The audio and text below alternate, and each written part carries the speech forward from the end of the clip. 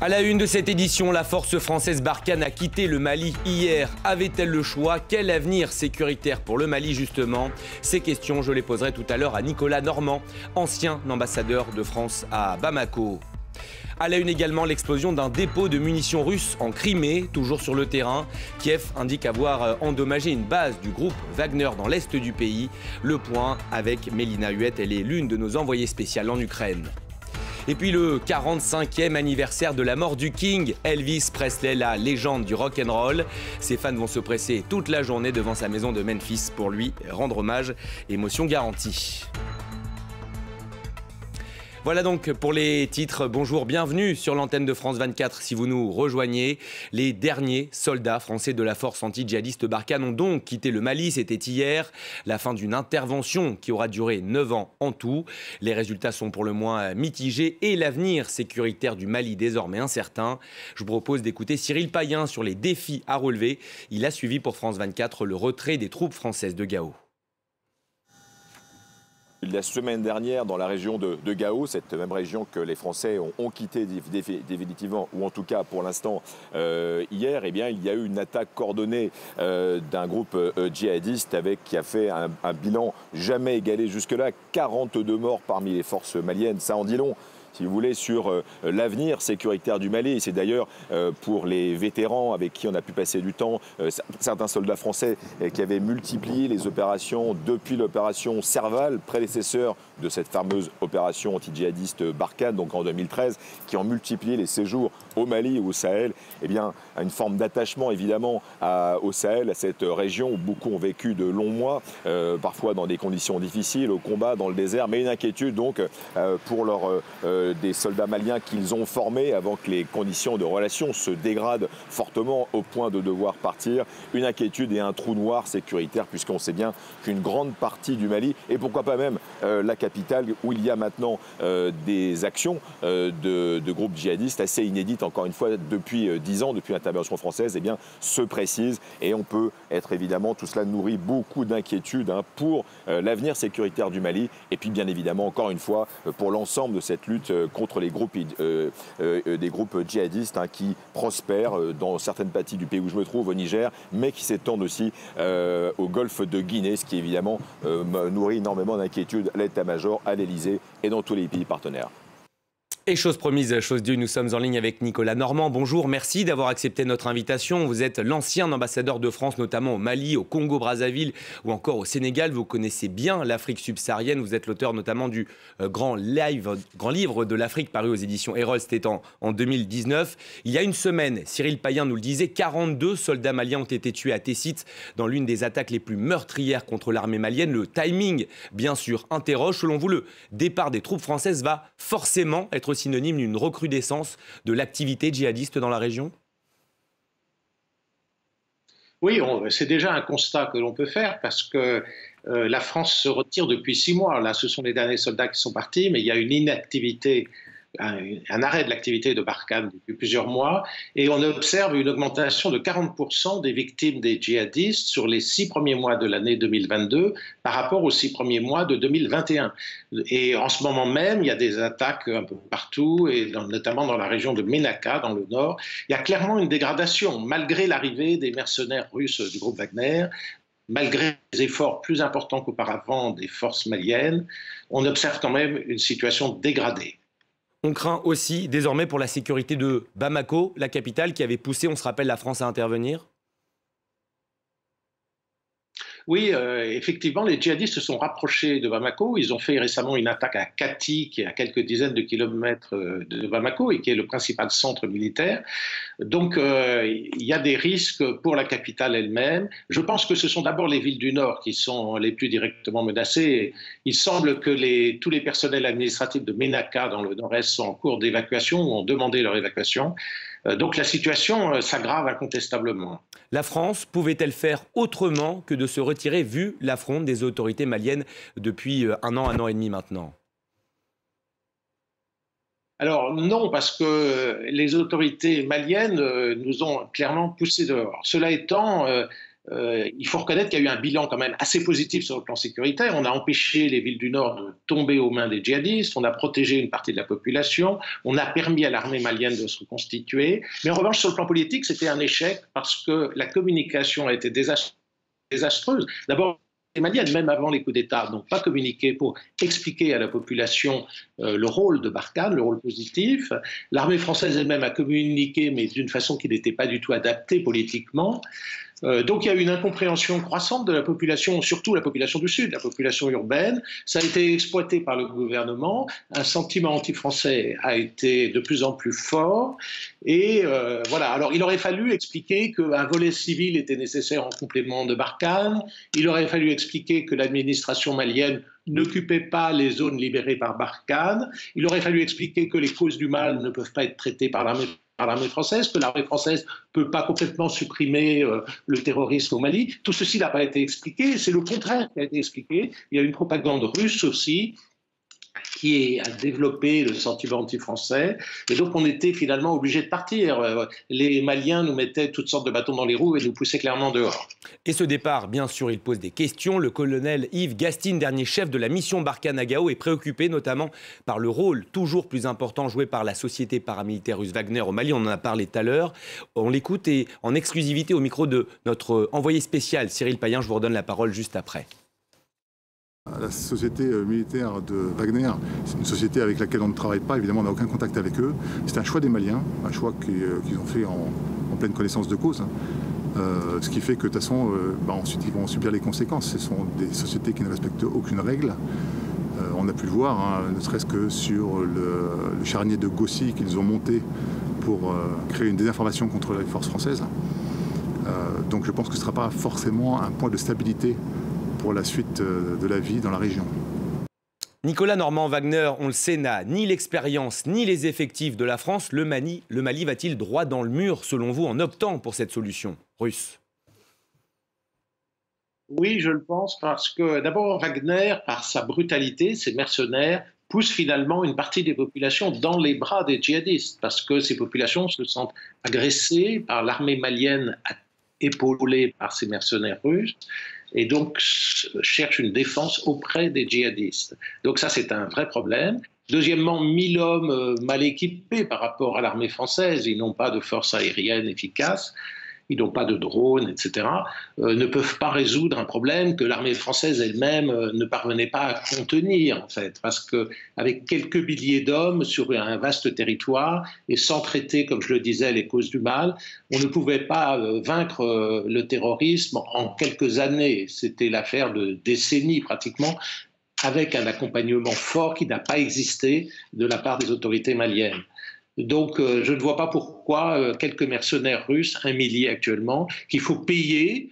Le matériel russe est payant aussi, alors que Barkhane, c'était gratuit pour le Mali. Je ne vois pas comment le Mali peut s'en tirer dans cette situation. Et on voit bien, malheureusement, que l'insécurité augmente et donc on est dans une sorte de descente aux enfers avec un risque de marginalisation de la capitale, que tout territoire serait contrôlé par les djihadistes et Bamako lui-même serait en insécurité dans ce scénario qui malheureusement semble être en train de se mettre en place. Dernière question, Nicolas Normand. Certains de ces soldats français vont être notamment redéployés au Niger voisin. C'est une solution à long terme ou provisoire selon vous pour contenir cette menace djihadiste? Alors non, c'est important que le Sahel ne soit pas abandonné par l'armée française. Le président Macron a raison de vouloir continuer et renforcer l'action militaire française au Niger, mais aussi au nord du Bénin, au nord de la Côte d'Ivoire et aussi au Burkina Faso, parce que les méthodes doivent changer fondamentalement. Je crois que l'armée française a compris qu'il fallait aussi changer de méthode. Il ne faut pas se substituer aux armées africaines, il faut être en deuxième ligne et aider, épauler, équiper, renseigner les armées africaines. C'est le nouveau modèle que Barkhane est en train d'adopter, et également il faudra changer la communication. Et donc, je crois que l'armée française tire le bilan des erreurs qui ont été commises, parce que, évidemment, l'échec politique rencontré au Mali est aussi dû à des erreurs françaises, assez largement, il faut bien le reconnaître. Et donc, le nouveau modèle qui est beaucoup plus en appui des armées africaines, qui donne la responsabilité principale aux armées africaines, c'est le modèle qui va être appliqué au Niger, et ça c'est une bonne nouvelle. Merci pour ce précieux éclairage, Nicolas Normand, et merci d'avoir accepté l'invitation de France 24 en ce mardi 16 août. Merci beaucoup à vous. L'incendie s'est déclaré dans une base militaire russe située en Crimée, cette péninsule annexée en 2014 par Vladimir Poutine. Le feu a provoqué l'explosion d'un dépôt de munitions appartenant à Moscou. Cela se passe dans le district de Djankoï et on vient de l'apprendre, l'armée russe parle d'un acte de sabotage. Dans le même temps, l'Ukraine assure avoir endommagé une base du groupe Wagner dans l'est du pays. Un pont près de Mélitopol a été détruit selon Kiev. Les dernières précisions, c'est avec Mélina Huet. Elle est l'une de nos envoyées spéciales en Ukraine. Le gouverneur de l'oblast de Donetsk a annoncé hier que plus de 5500 personnes avaient évacué la région. Ça veut dire qu'il en reste près d'un quart des habitants qui sont toujours là-bas depuis que l'évacuation obligatoire a commencé il y a près de 2 semaines. On rappelle que Volodymyr Zelensky a exhorté les habitants à quitter la zone, surtout à l'approche de l'hiver et alors que la destruction des réseaux de distribution de gaz risque de priver les habitants de chauffage notamment. Alors ce lundi, les autorités ukrainiennes ont annoncé que leurs forces armées ont détruit une base du groupe paramilitaire Wagner à Popasna dans la région de Louhansk, toujours dans le Donbass. Comment les Ukrainiens ont-ils découvert les coordonnées de cette base? Eh bien tout simplement parce qu'un journaliste russe s'est vanté il y a quelques jours sur les réseaux sociaux d'être avec les paramilitaires de Wagner, sauf que sur cette photo, il y avait l'adresse de leur camp. Ça c'est pour le Donbass. Du côté du sud et de Kherson plus précisément, la Russie aurait transféré ses postes de commandement de la rive droite du fleuve Dnipro à la rive gauche. Qu'est-ce que ça veut dire? Ça veut dire que ces forces armées russes sont conscientes qu'en cas d'escalade, eh bien, elles ne pourront pas être évacuées à temps. Le gouverneur adjoint de l'oblast de Kherson a assuré hier que les forces russes ne pouvaient même plus traverser à pied le pont d'Antonovka, donc encore moins transporter du matériel lourd et des munitions à leurs troupes. Les deux principaux ponts routiers, donc celui d'Antonovka et de Nova Kakhovka, eh bien, sont pilonnés régulièrement par l'Ukraine depuis plusieurs semaines. Donc des bombardements à répétition pour empêcher justement cet apport en munitions et en matériel lourd. Qu'est-ce que ça veut dire? Ça veut dire que le transfert de ces centres de commandement d'une rive à l'autre du fleuve indique à minima une angoisse de ces troupes russes, notamment parce qu'il y aurait cette contre-offensive qui approche des Ukrainiens, notamment pour récupérer Kherson.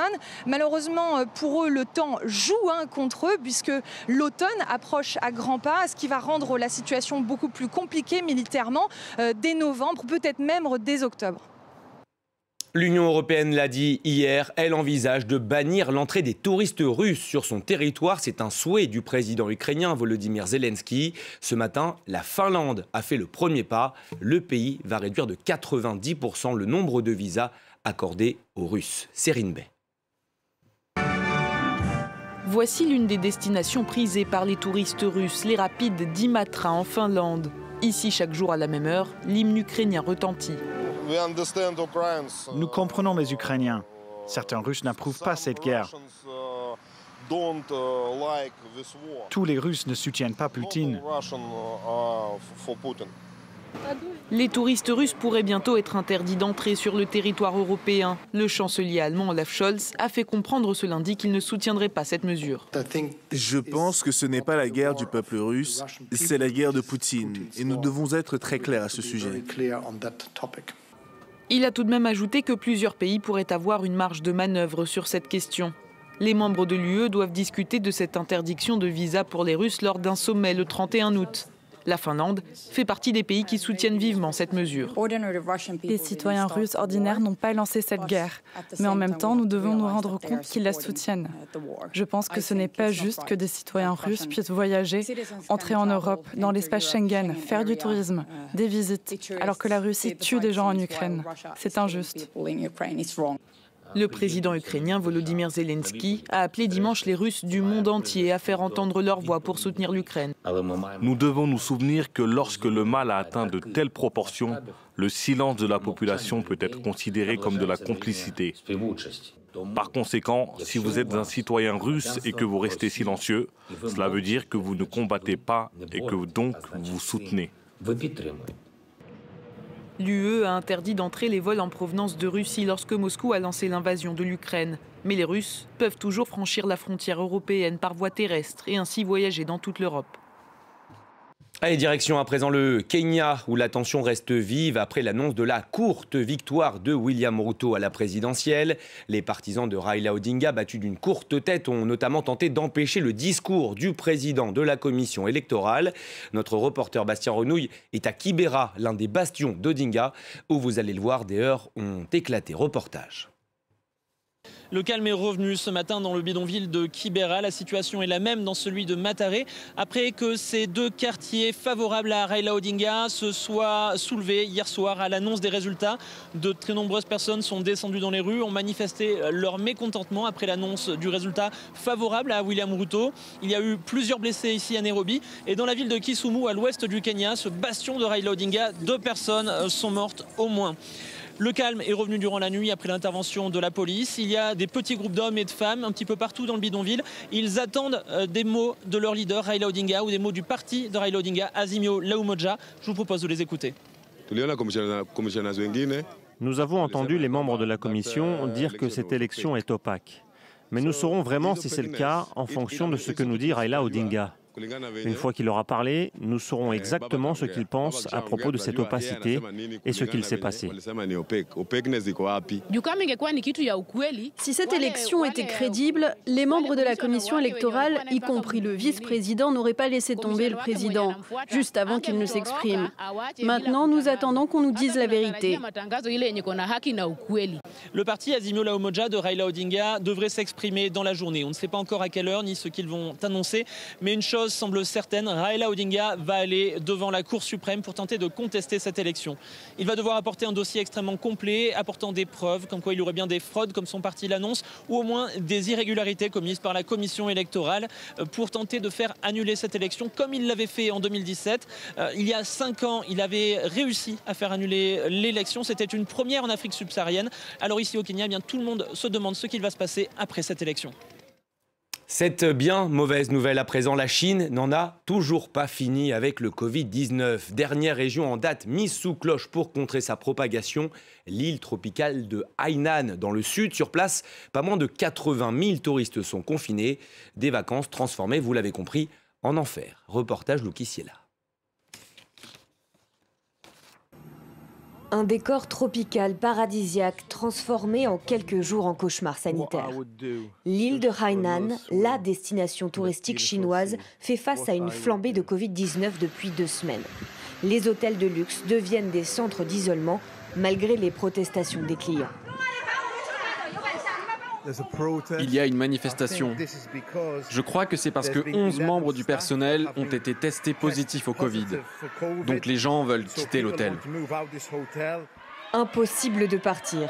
Le gouvernement local barricade l'établissement avec surveillance policière jusqu'à nouvel ordre. Ça fait peur. Ça fait vraiment peur. Cet expatrié anglais attendait ses vacances depuis 2 ans. Maintenant, interdiction de quitter sa chambre. Retour dans la chambre. L'hôtel où nous sommes est très luxueux, donc assez cher. Nous avons économisé longtemps pour venir ici. C'est terrible, on peut voir la plage, mais on ne peut pas la toucher. Donc oui, c'est un peu déprimant. À chaque nouveau foyer, les mêmes scènes se répètent en Chine. Panique dans les aéroports, renforts sanitaires, hôpitaux de campagne et centres de dépistage déployés en urgence. Voilà, tous les matins, on doit faire la queue pour le test PCR. Il se trouve juste à côté de la plage.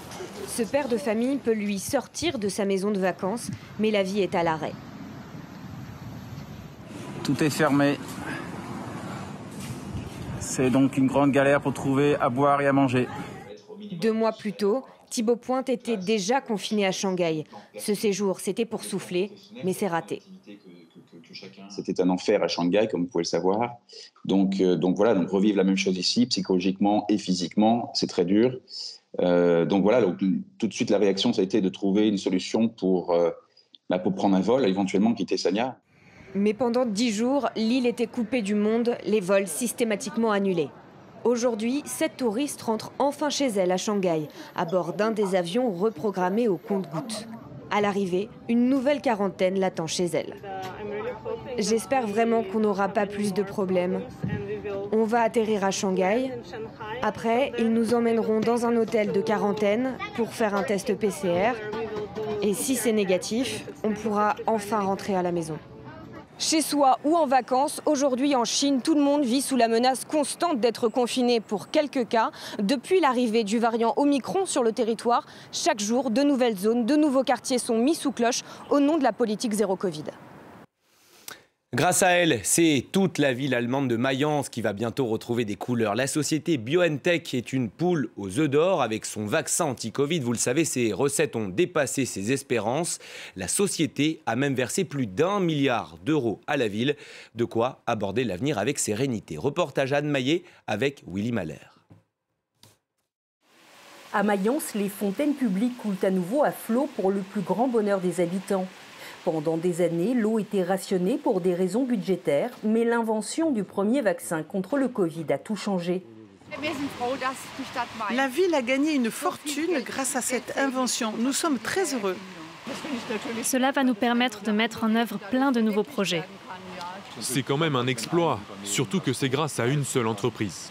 C'est ici, dans la bien nommée rue de la Mine d'Or, que siège BioNTech, le laboratoire désormais mondialement connu qui a reversé plus d'1 milliard d'euros de taxes professionnelles à Mayence. Une manne inespérée pour une municipalité qui comptait parmi les plus endettées du pays. Nous allons rembourser toutes nos dettes d'ici fin 2022, soit l'équivalent de 700 millions d'euros.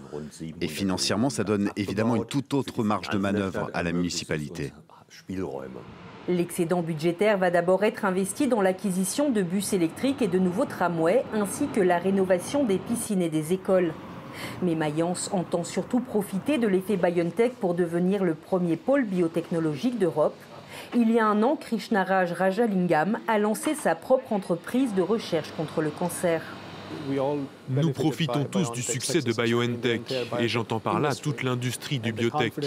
La confiance des investisseurs dans le secteur est elle aussi renforcée. Aucun souci non plus pour recruter. Les candidats n'ont jamais été aussi nombreux à Mayence. La ville de Mayence est désormais célèbre et de manière générale, toute la région est désormais très orientée vers la recherche. 100 millions d'euros vont être investis autour du campus universitaire pour attirer de nouvelles entreprises, avec 5000 emplois à la clé et une ambition, après le succès de BioNTech, devenir la plus grande pharmacie de la planète. Il faut le dire, c'est un bien triste record. Jamais l'Union européenne n'a subi autant d'incendies. Plus de 660 000 hectares sont déjà partis en fumée depuis janvier. La France n'est pas épargnée avec 50 000 hectares brûlés. C'est déjà 5 fois plus que l'année dernière. La faute, bien sûr, à l'homme, premier responsable du réchauffement climatique. Regardez. La forêt s'embrase dans le sud-est de l'Espagne. Les soldats du feu luttent contre les flammes. Cet été 2022 est rythmé par les feux en Europe, comme le montre cette carte de prévision du danger d'incendie de ce 16 août. En violet, le risque est extrême, en rouge, très élevé. Les points rouges indiquent les zones qui ont brûlé. Depuis le 1er janvier, les incendies ont ravagé plus de 660 000 hectares de forêt dans l'Union européenne. C'est un record depuis le début des données satellitaires en 2006. Mais comment l'expliquer ? La saison des feux de cet été vient à la suite d'un énorme déficit pluviométrique entre l'hiver et le printemps. Donc la végétation est extrêmement sèche, combinée aux différentes vagues de chaleur qu'on vient de traverser. La péninsule ibérique est la zone la plus frappée par les incendies en Espagne. Plus de 246 000 hectares ont été ravagés. En termes de superficie brûlée figurent ensuite la Roumanie, le Portugal et la France. Pour réduire ce risque d'incendie, il pourrait y avoir des solutions. De réduire la biomasse, c'est-à-dire par endroit réintégrer des activités agricoles. Un champ d'olivier, ça constitue aussi une coupure de combustible naturel. Alors que l'été n'est pas terminé et que le réchauffement climatique continue de prendre de l'envergure, le bilan des incendies sur le sol européen pourrait continuer de s'alourdir. Ces tubes sont toujours fredonnés partout sur la planète. Le roi du rock'n'roll, le King Elvis Presley, est décédé il y a 45 ans, jour pour jour. Une mort prématurée à seulement 42 ans. Toute la journée, ses fans vont se presser devant sa maison du Tennessee. L'émotion garantie. Karine Azopardi. C'est un rituel depuis 45 ans.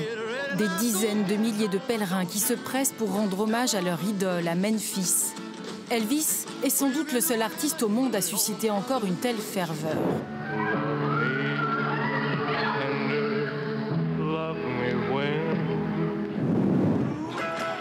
Une voix chaude, suave, qui a envahi les ondes au milieu des années 50. Enchaînant les tubes. Faisons perdre la tête aux groupies qui assistent à ses concerts.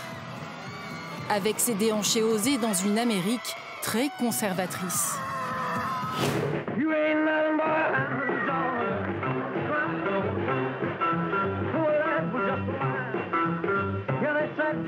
En 2022, la Légion d'Elvis fonctionne encore. Don't step on my blue suede shoes. You can do anything you want, but don't step on my blue suede shoes. On a cold and grey Chicago, there's a baby child is born in the ghetto, in the ghetto. C'est le pionnier du rock'n'roll. Il a lancé une mode et tout le monde a adoré ça.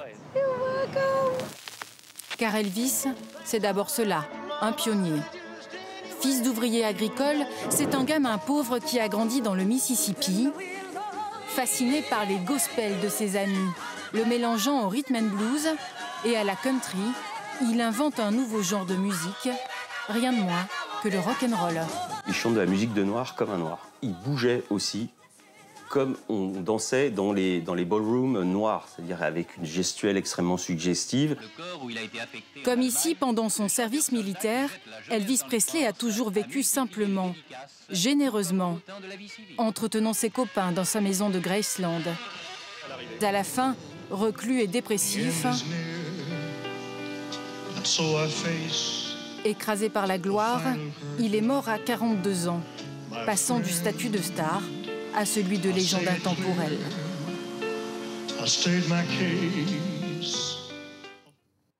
Voilà donc pour le King. C'est la fin de ce journal. Je vous retrouve dans 3 minutes pour le prochain. À tout de suite.